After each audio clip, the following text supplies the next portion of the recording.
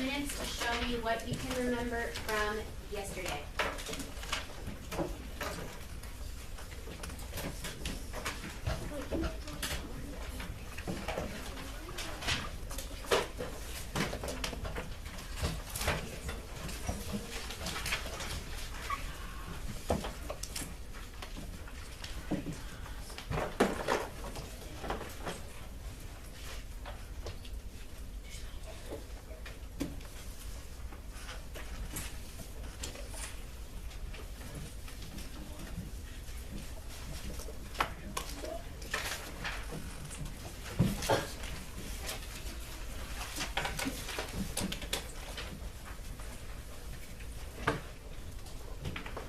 Roberto is going back to his RN notes from yesterday to help him with passage 3.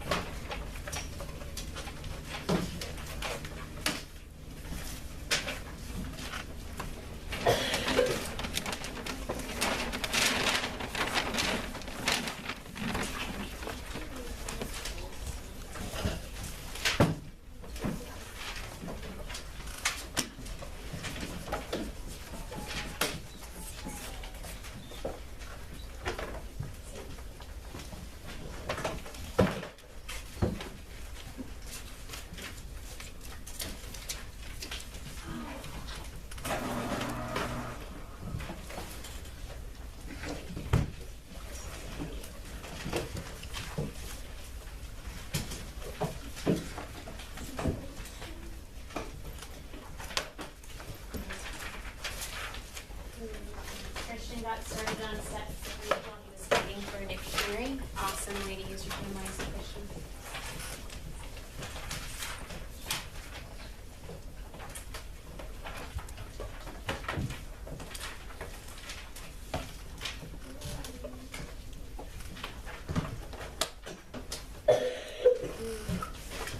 Another reason is also see what they, so I don't think I can rely just on phones.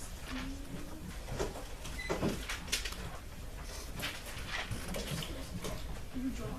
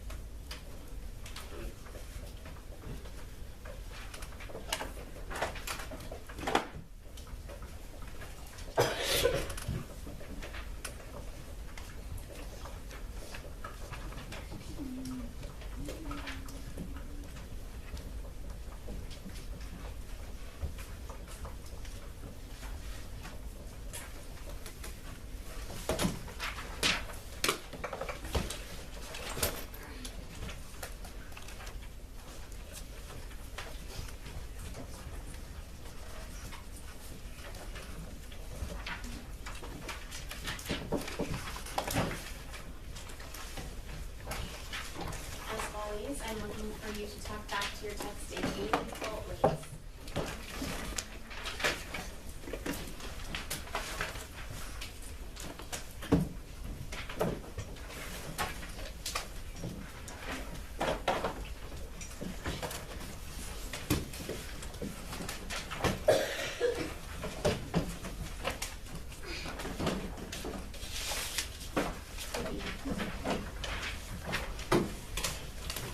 All four words of your list on there.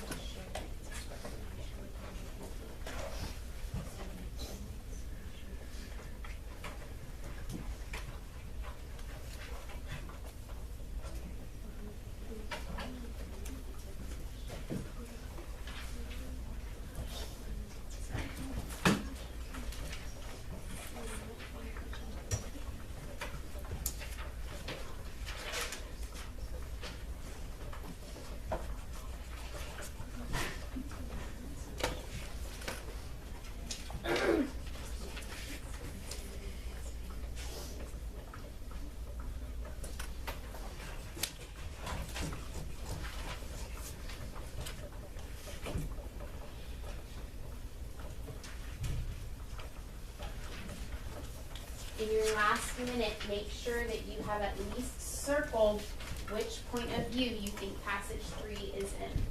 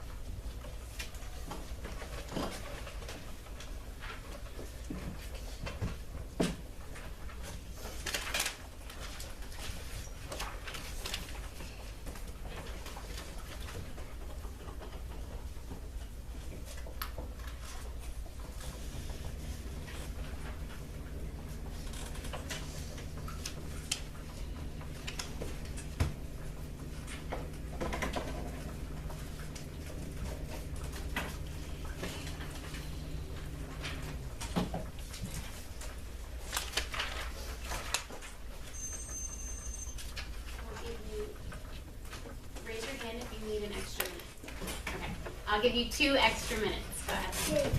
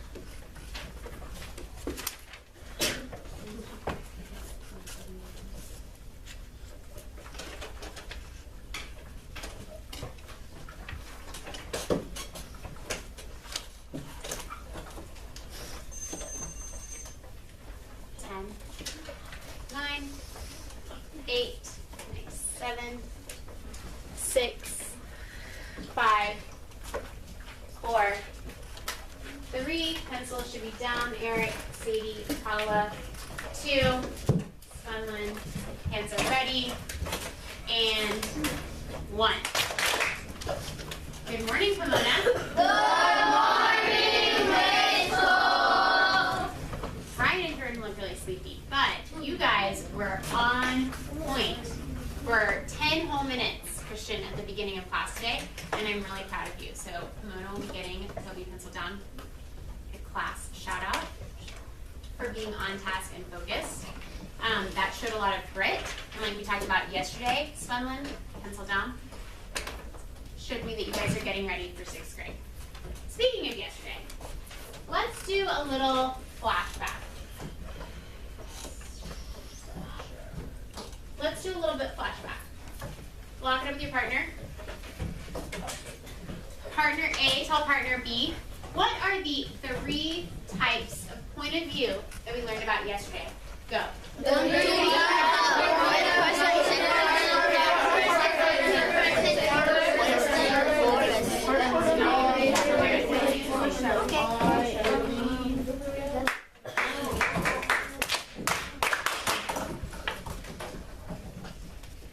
Now partner B, tell partner A, how are first person and third person point of view different?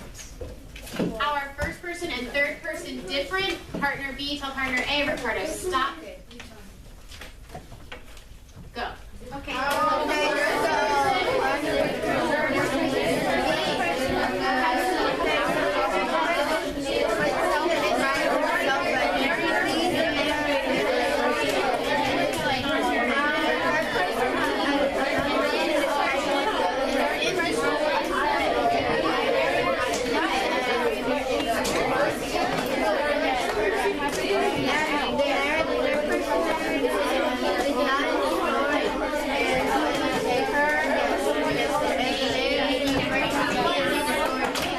If you can hear me clap twice, you can hear me clap 3 times.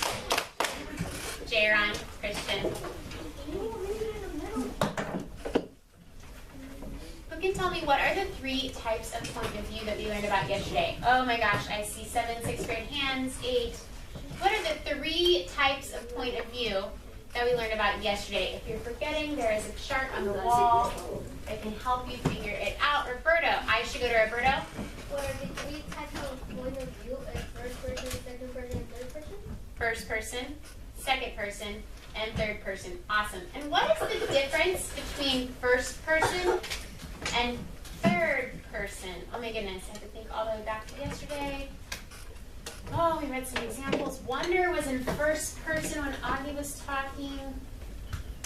Mauricio, what is the difference between first person and third person? Hang on, Mauricio, you don't have respect from all of your teammates. I should be on Mauricio. Go ahead. Difference between first person and third person is that the first person is a character in the story and the third person is not a character in the story. The first person is a character in the story and the third person is not a character in the story. Who? Who is a character and who is not a character? There's a vocab word. Paula.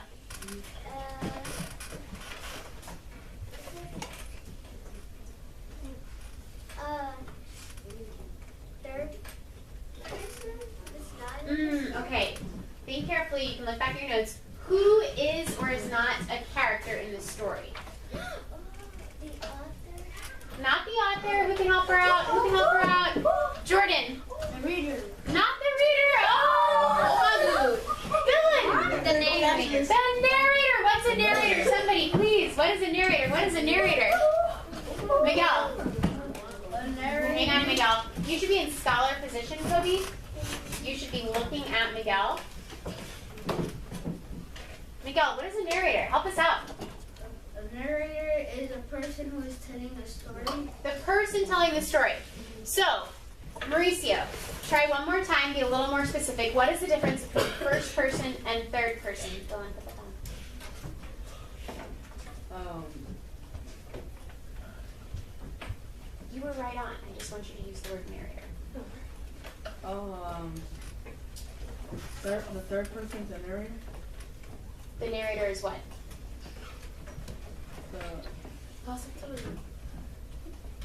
In third person point of view, the narrator is. The voice of the person saying the story? Who can help him out? What is the difference between first and third person?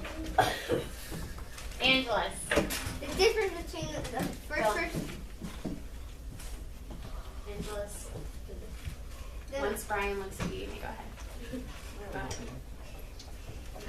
The difference between a first person and third person is that in first person, the narrator is one of the characters in the story, and in third person, the narrator is not a character in the story. Awesome way to use your notes. So, the difference between Mauricio's original answer and Angeles' answer is Mauricio said first person is a character in the story, third person is not.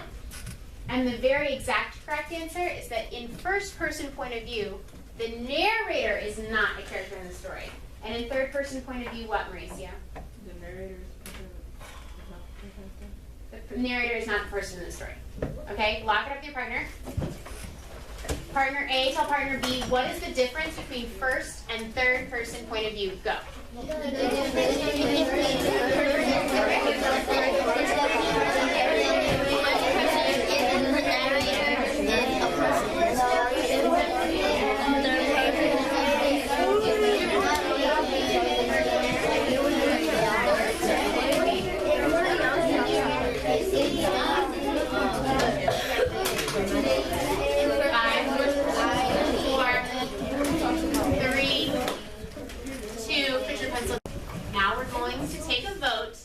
About passage 3. Do not vote until I say, show me. When I say show me, you're going to hold up the number of fingers for the point of view. First person point of view is 1, second is 2, third is 3. Do not answer until I say show me. Look at your page. Figure out what your answer is. First, second, third. Show me. Kobe, I'm waiting.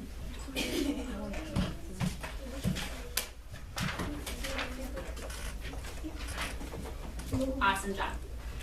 Everybody said first person. 2 claps for everybody. On 2. 1, 2. Why is this first person point of view? I need evidence. So I kind of believe you because everybody said it, but I'm not so sure.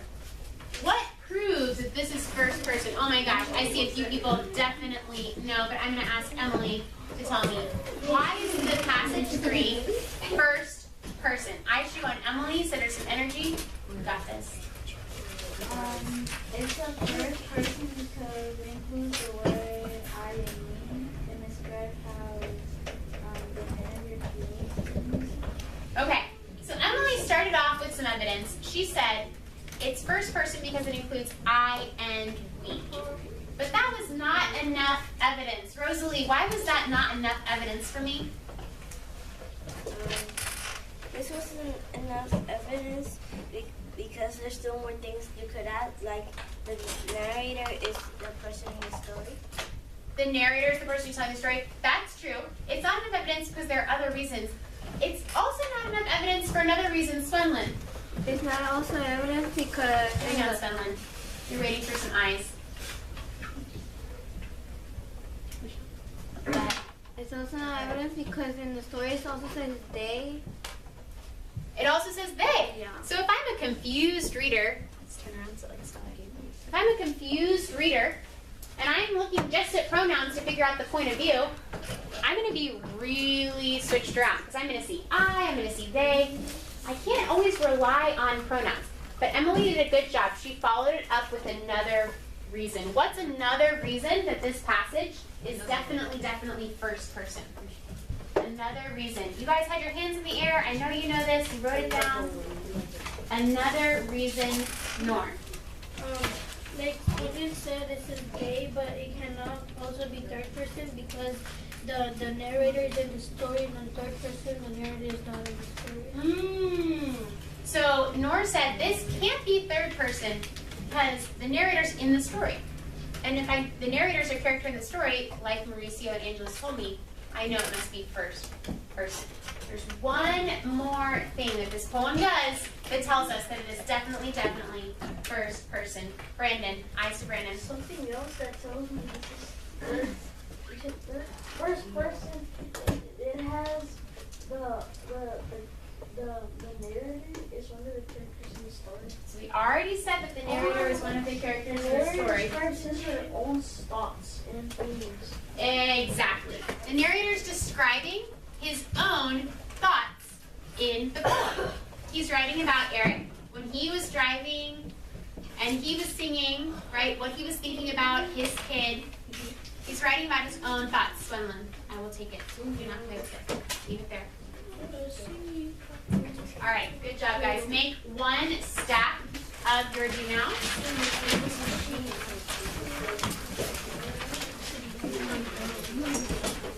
One stack of your do nows. I'll know you're ready when your thumbs are in the air. Oh my gosh, my tigers are all ready.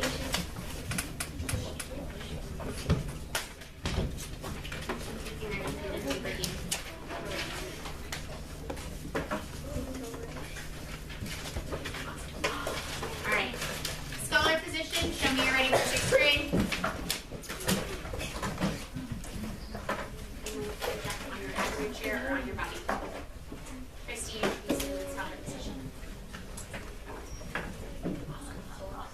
So, guys, today is very important. Eric, put your pencil down. Today's a really important day because, like Ms. Bowers told us yesterday, we have the benchmark next week, next Tuesday. And Ms. Bowers is gone. She is giving a training. She's teaching a bunch of teachers. So she's doing what she does with you guys, but instead of 5th graders, she has adults and she has to teach them. Even harder than teaching 5th graders, right? She did leave you a note. Who can read the note that Ms. Bowers left you? Oh, we love Ms. Bowers. It's so nice she left you a note. Dylan, what did Ms. Bowers say? Why don't you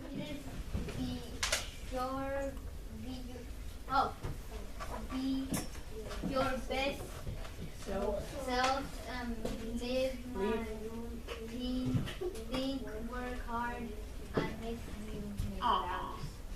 Everybody say, we miss you too. We miss you too. That was not an invitation to be silly. Ms. Bowers is going to see your class on videotape. She's going to hear you saying you miss her, but she will also see if you're chit-chatting in the back corner under there. So, we're going to get started. Who can tell me with 6th grade hands, what is our focus for the day? What's our focus for the day? Casey, what's our focus for the day? Our focus for today is that wild readers can identify examples of foreshadowing in the text. Wild readers can identify examples of foreshadowing. Why do we care about this? Why does this matter, Gustavo? This matters so that we can make predictions about what will happen in the text. So we can make predictions. Speaking of predictions, look at this super scary picture. It's okay. Make a prediction in your head. Just keep it in your head right now. What is about to happen? What's about to happen in this picture? Lock it up with your partner. Tell your partner, what's about to happen in this picture? Go.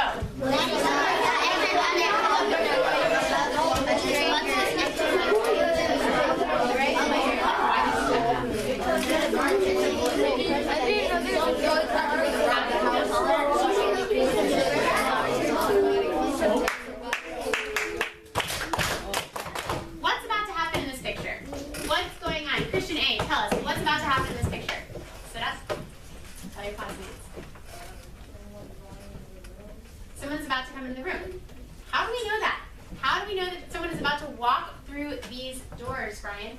Because there's a shadow. There's a shadow. Foreshadowing. Shadow. For, the piece of the word for means ahead or before. Shadow is like a glimpse. We don't see the exact details of this person. We see a glimpse and we can sort of tell what's about to happen. If you know that for means before or ahead, and shadow is a glimpse, like we see something fuzzy but we're not exactly sure what the details are, what do you think foreshadowing means? Talk with your table. What does foreshadow mean? Go.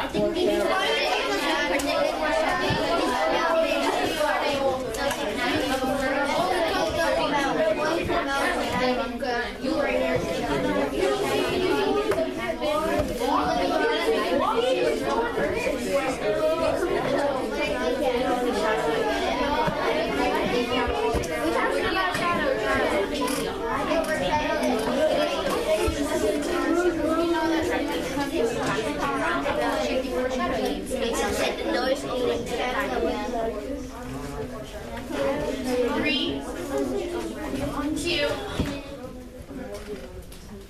one. 3, 2, 1. Okay, you can tell me, what do you think foreshadow means? What do you think foreshadow means? Casey. Hang on, Christy, your eyes should be on Casey. Go ahead. I think foreshadow means before taking a glimpse. Before taking a glimpse, does anybody have any other thoughts? Ibrahim, what do you think? I think it means like looking at something because like shadow means glimpse, but before glimpse means like that it means like you didn't see it. Kobe, what did your table talk about? What does foreshadowing maybe mean? Foreshadowing maybe means like you're taking a good glimpse at a shadow, basically. Is that what your table talked about? No. No. What did your table talk about? Foreshadowing Means. means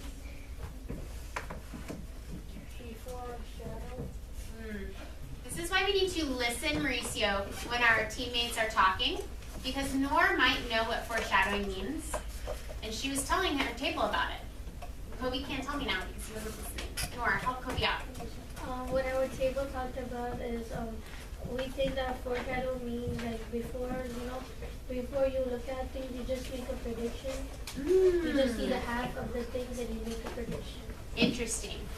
Open your reader's notebooks to the foreshadowing notes page.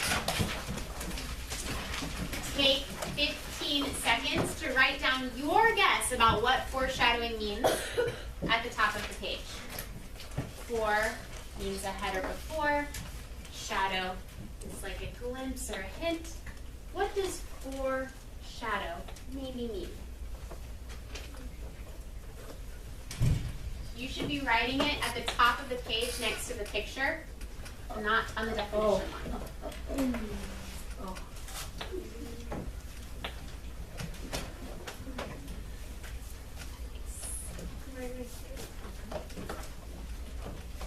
5, 4, 3, 2.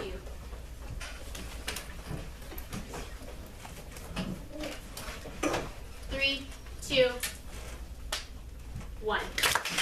So, Jaron, Dylan, and Mauricio. 3, 2, 1. Pencil should be down. Norm, I will tell you when to write. Who can tell me what is the definition, the wild reader's definition of foreshadowing? Ricardo, what is the wild reader's definition of foreshadowing? Ricardo, people should be looking at the board, so you can go ahead. Foreshadowing is when an author gives a hint about something that is going to happen later. Exactly. When an author gives a hint about something that's going to happen later in the text. Just like the shadow through the door gave us a hint, Brandon, that maybe someone was about to walk through the door, foreshadowing is something that happens in a text where the author gives us a hint about what's going to happen later. Take 10 seconds to write down the definition. Go.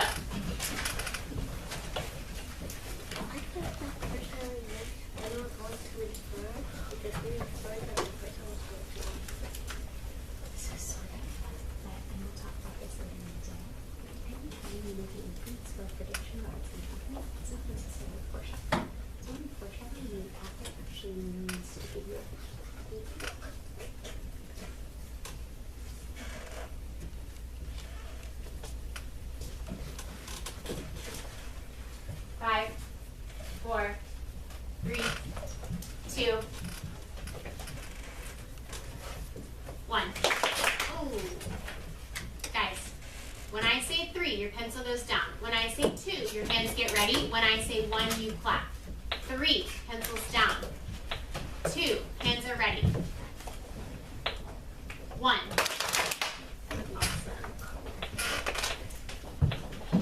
Authors use foreshadowing to create suspense and help readers make predictions about what might happen in the future. Kobe and Emily, I have not told you to write. So, Rosalie just asked a really good question. Casey, put your pencil down. Rosalie just asked me, but wait, isn't it foreshadowing if I make an inference or a prediction about what's going to happen? Not necessarily. Because foreshadowing is something that authors do on purpose.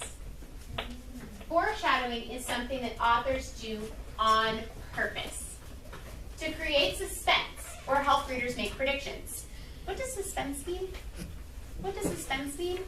Every single one of you wrote down the definition in your RNs. You can look at it, it's right in front of you. What does suspense mean? Aaron, what does suspense mean?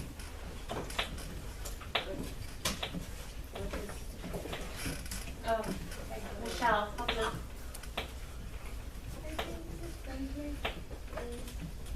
When you're in something, you keep worried or excited and wondering about something. You're uncertain, you're excited, you're wondering what's going to happen.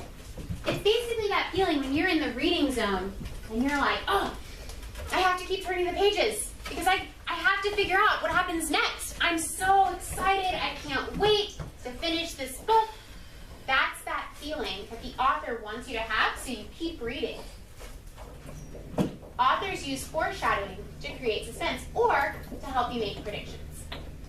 Take 10 seconds to write down the 2 reasons that authors use foreshadowing in your notes. Go.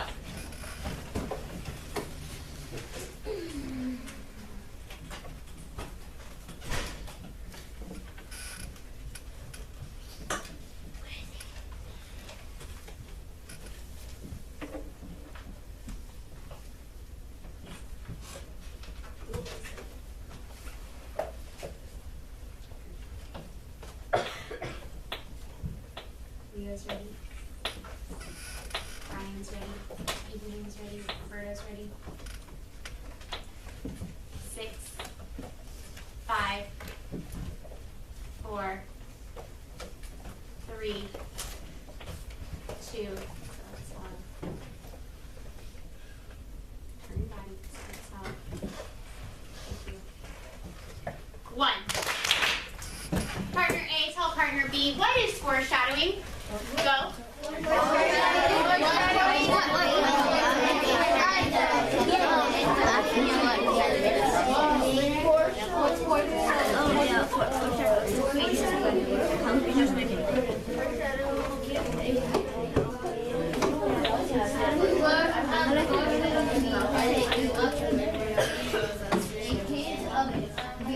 Eyes on me. Partner B, raise your hand. Partner B, tell partner A, why?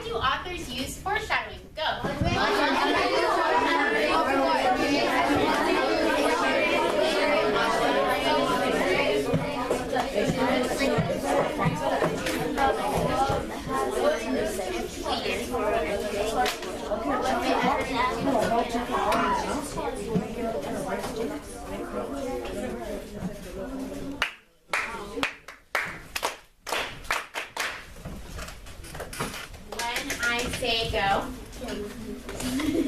when I say go, you're going to move to the carpet with only your brains. Who can remind me how we move to the carpet? Christy, how do we move to the carpet? We went to the carpet by saying it was 0 and Who should you sit next to? we can sit next to a locker right now. Okay. Move to the carpet with only your brains. Go.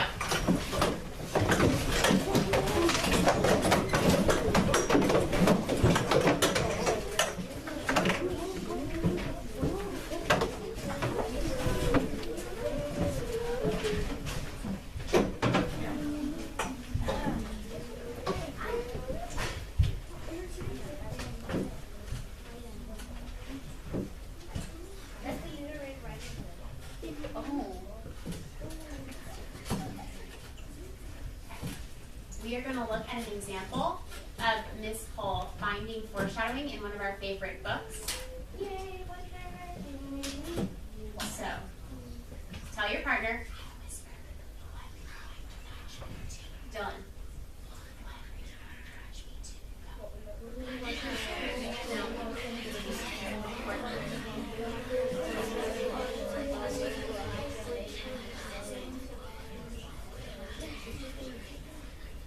Get ready.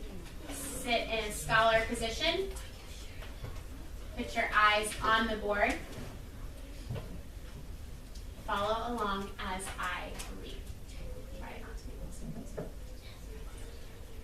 So, driving.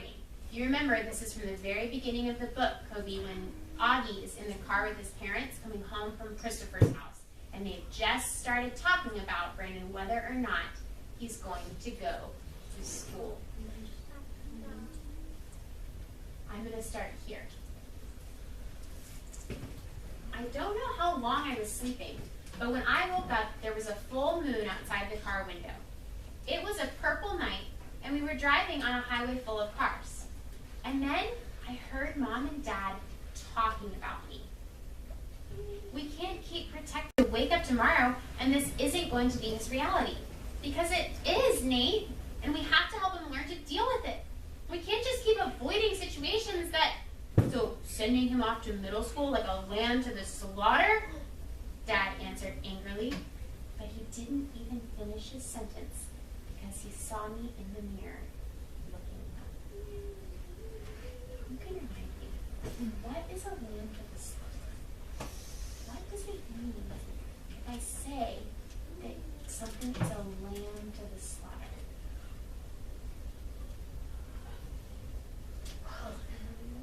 Two people? Brian, what do you think it means? He's not gonna handle it. Okay. Just the actual words, lamb to the slaughter. What does slaughter mean? What does slaughter mean? What does slaughter mean? Leah? Like to kill? Yeah. So a lamb or a baby sheep to the slaughter means a lamb is going to get killed. Sometimes people use this phrase. We talked about this. Michelle, Brandon. Sometimes we use this phrase to talk about people walking into situations not knowing that something bad is going to happen, Mauricio. So I'm reading. I've already read this book once. So now I'm rereading, and I'm looking for hints that the author is giving me about what's going to happen. Because I already know that Augie's going to go to school, and he's going to be in some hot water. He's going to be in a little bit of trouble. It's not going to be super fun at the beginning. I already know that. But I'm rereading now to see if the author has given me any hints or clues. When I see Mom and Dad talking about what school will be like, I think I'm starting to get a hint. We can't keep protecting him, Mom whispered to Dad, who was driving. We can't just pretend he's going to wake up tomorrow and this isn't going to be his reality. Because it is Nate, and we have to help him learn to deal with it. So we can't keep protecting him. I think this means that Augie is going to be in danger. His parents need to protect him. So sending him off to middle school like a lamb to the slaughter? Dad answered angrily. but he didn't even finish his sentence because he saw me in the mirror looking up. Here, I know that lamb to the slaughter is a phrase that we use when someone goes into something unknowing and they're going to get in trouble. So here, I think this means Augie doesn't even know how much trouble school will be.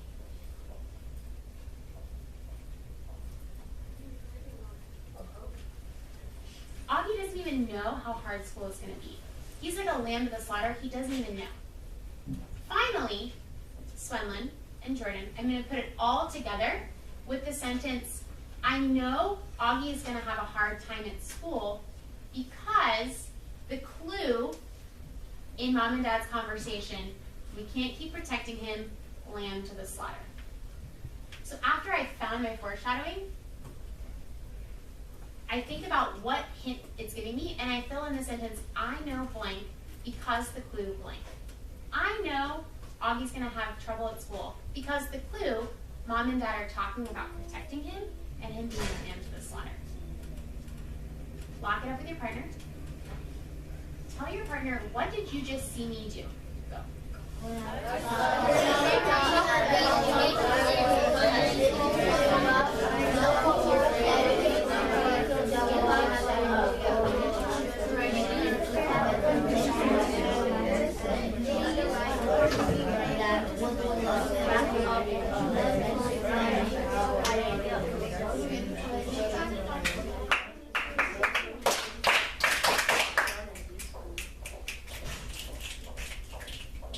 What was the first thing you saw me do? What was the first thing you saw me do, Paula? The first thing I saw you do is reread the wonder, the one part of wonder, and then you got to a word, some words that meant land to slaughter, and you look for context, like you use context clues so you could find what land to slaughter meant. What did I do after I reread and looked for clues about what could happen later? Andrea? After you look for clues, you need to ask how do those details give you a hint of what will happen? Yeah. So I knew that, okay, I started having this feeling that this was a clue about the future. And then I went back and I was like, okay, but what is it really telling me? And I talked back to my text in a meaningful way because I made predictions based on the conversation that Mom and Dad were having. I asked myself, how do these details give me a hint? What is this telling me? Finally, what did I do at the end, Casey? What you did at the end was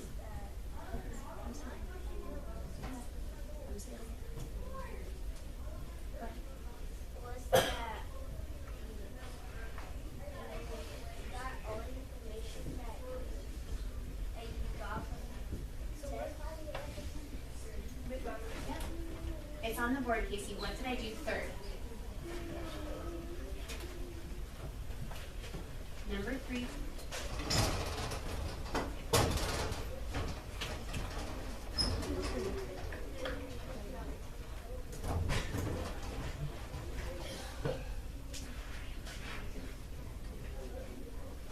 I think you got it right. I told you.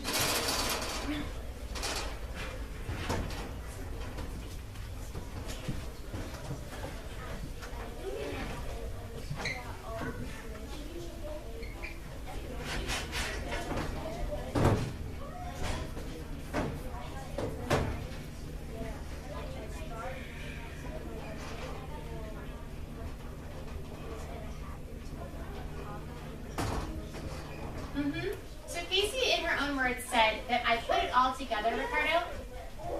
Can you check the room, please? I put all of the information together. I put all of the information together, and I tried to figure out what was going to happen to Augie. Very specifically, if you look right there, it says number 3. I filled in the sentence, I know blank because of the clue blank. Casey, what did I do exactly, number 3?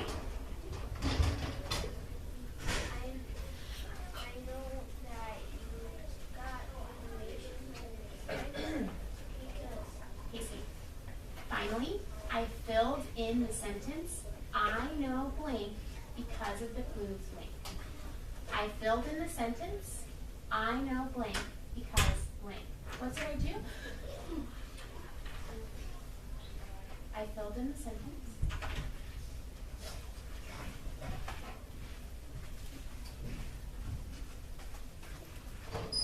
It's okay. Roberto, can you help her out? What did I do third? So what you do third is that I know that Miss Cole do the commitment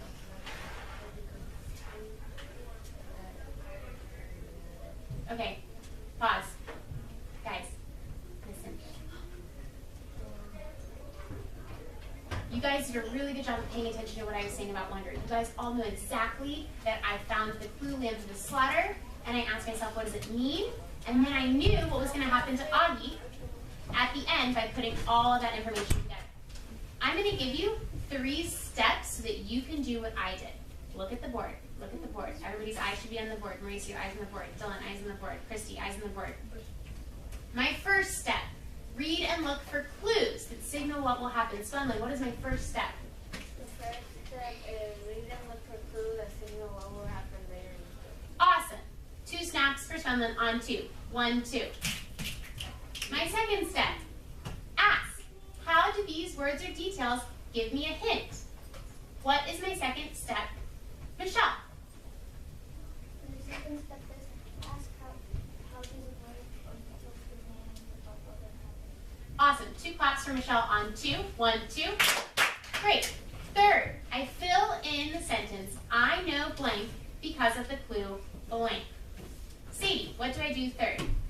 What you do third is you fill in I know blank because of the clue blank. Awesome. 2 knee bands for Sadie on 2. 1, 2. Great job.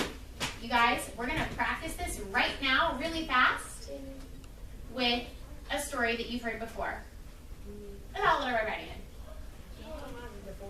So listen, you already know the story of Little Red Riding Hood. Raise your hand if you know the story of Little Red Riding Hood. Into the Woods. Yeah, that musical, that was awesome. We all know the story, hands down. We all know the story of Little Red Riding Hood. Little Red Riding Hood takes food to her grandma. She meets a wolf. He fools her. She gets eaten, but then she gets saved.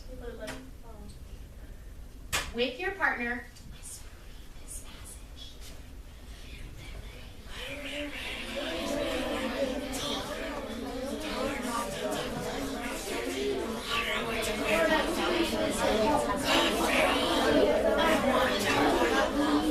Now hurry.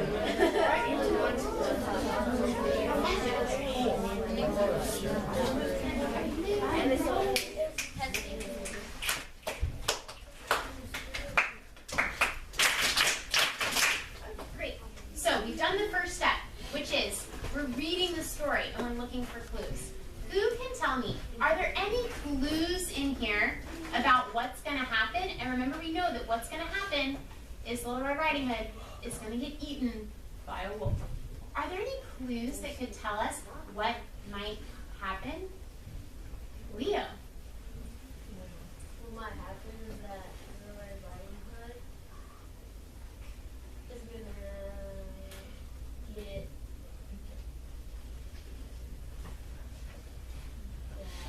Leo, I'm not asking you what's going to happen, because we already know. I'm asking you, what clue in this text, what do you see on the slide that might give you a hint, a little clue, a shadow, a glimpse of what's going to happen? a clue is that when Little Red Riding Hood, Mommy told her to come straight home and watch out for the wolf. Oh, okay. So Mom says, come straight home, watch out for that wolf. That gives you a clue. What does that make you think? What information? How does this detail that Mom said, come straight home, watch out for the wolf, how does this detail give you a hint about what will happen? How does this detail give you a hint about what will happen? Gustavo, what do you think? I think the hint will happen Can you repeat the question?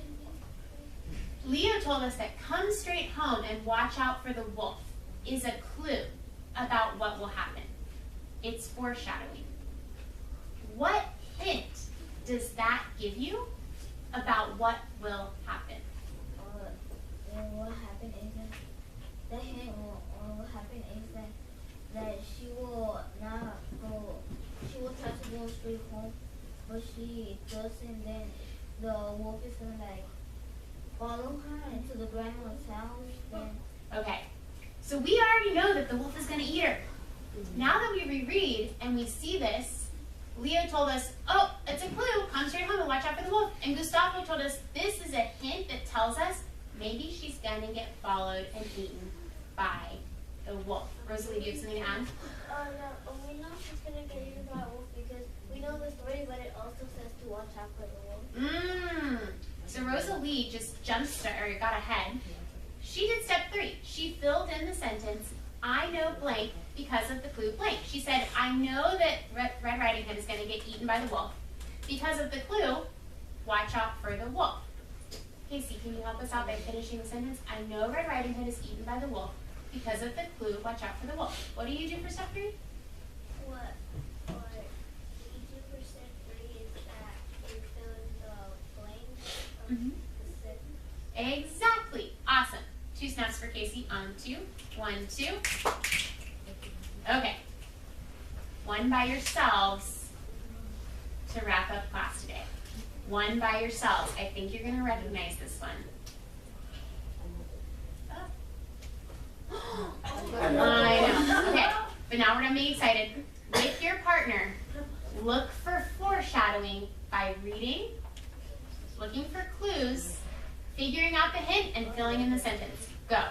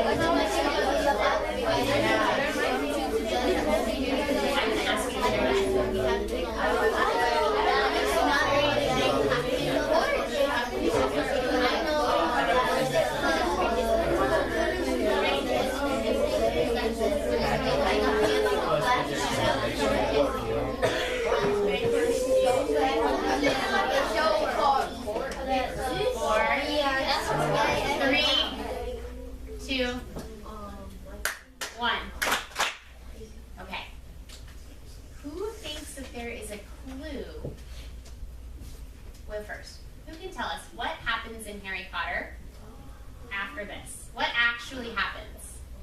What is the event in the story that actually happens? Oh my gosh, Christy, tell us. So I should be on Christy.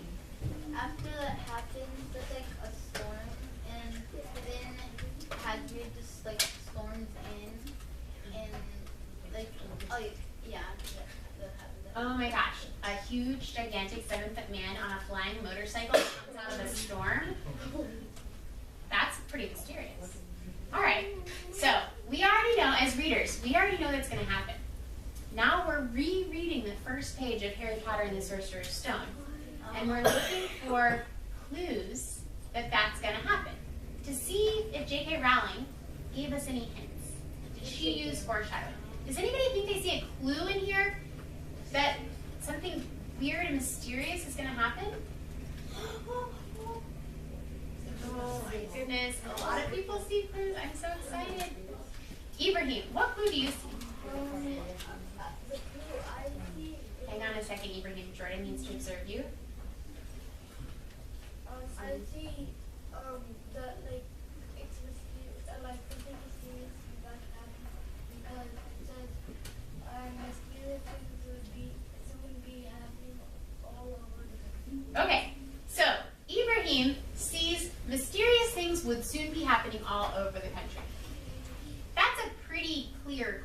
right? Yeah. There's not a lot to interpret. I don't need to like figure that out too much. I'm like, okay, great.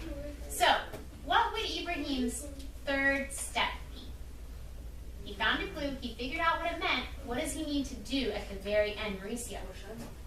It's definitely foreshadowing, but what does he need to fill in? What does he need to do? So can you do that? What did Ibrahim just tell us? We know what? We know that he found a clue. Yes. It's okay, we do know he found a clue. Now that we know he found a clue, can you actually fill this sentence about Harry Potter? So I know that mysterious things are going to happen because of the clue. What's the clue? Oh, I know Aaron. mysterious things are going to happen. I know mysterious things are going to happen because of the clue. And mysterious things are going to happen because Awesome. I know mysterious things are going to happen because of the clue. It says mysterious things are going to happen. Great job. 2 claps for Ibrahim and Mauricio working together. 1, 2. Does anybody else have any other clues? Additional clues? Kobe. Give Kobe your eyes because Kobe came up with a really smart clue. What was your clue, Kobe? My clue is that they know that mysterious things are gonna happen because Jordan. the sky, the cloudy sky doesn't suggest anything. It's the people knowing that when a cloudy sky happens, they know something mysterious is gonna happen. Oh my goodness. What did Kobe just say, Leo? I said That was brilliant. Leo's going to tell us. What did Kobe just say? What was his clue? I didn't hear it. Oh, Kobe, can you say it again? Because I want everybody, Ricardo, to hear. This is really smart. How do you know something mysterious is going to happen? I know something mysterious is gonna happen because whenever the gray clouds, the cloudy sky doesn't suggest that something mysterious is gonna happen.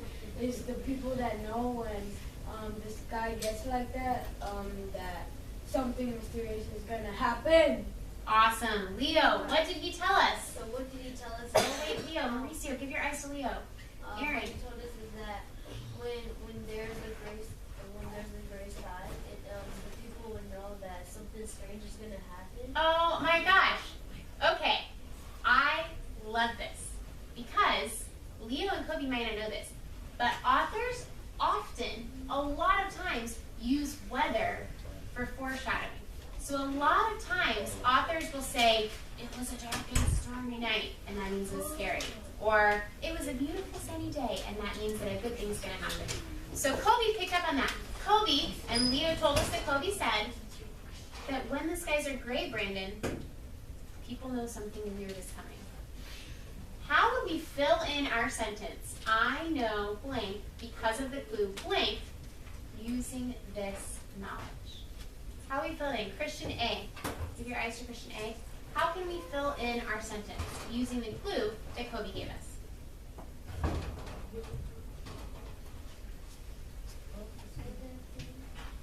Leo, can you say the clue again? The clue was that when there's a gray sky, the people are gonna know that something mysterious is gonna happen. So Christian, how can we fill in our sentence?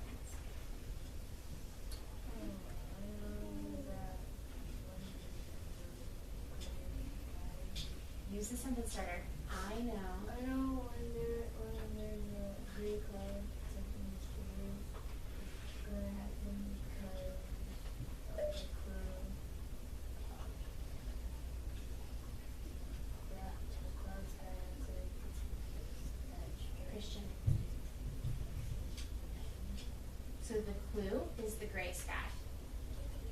And what does that clue tell us? What did Leo tell you that clue told us? What do people know when there's a gray sky?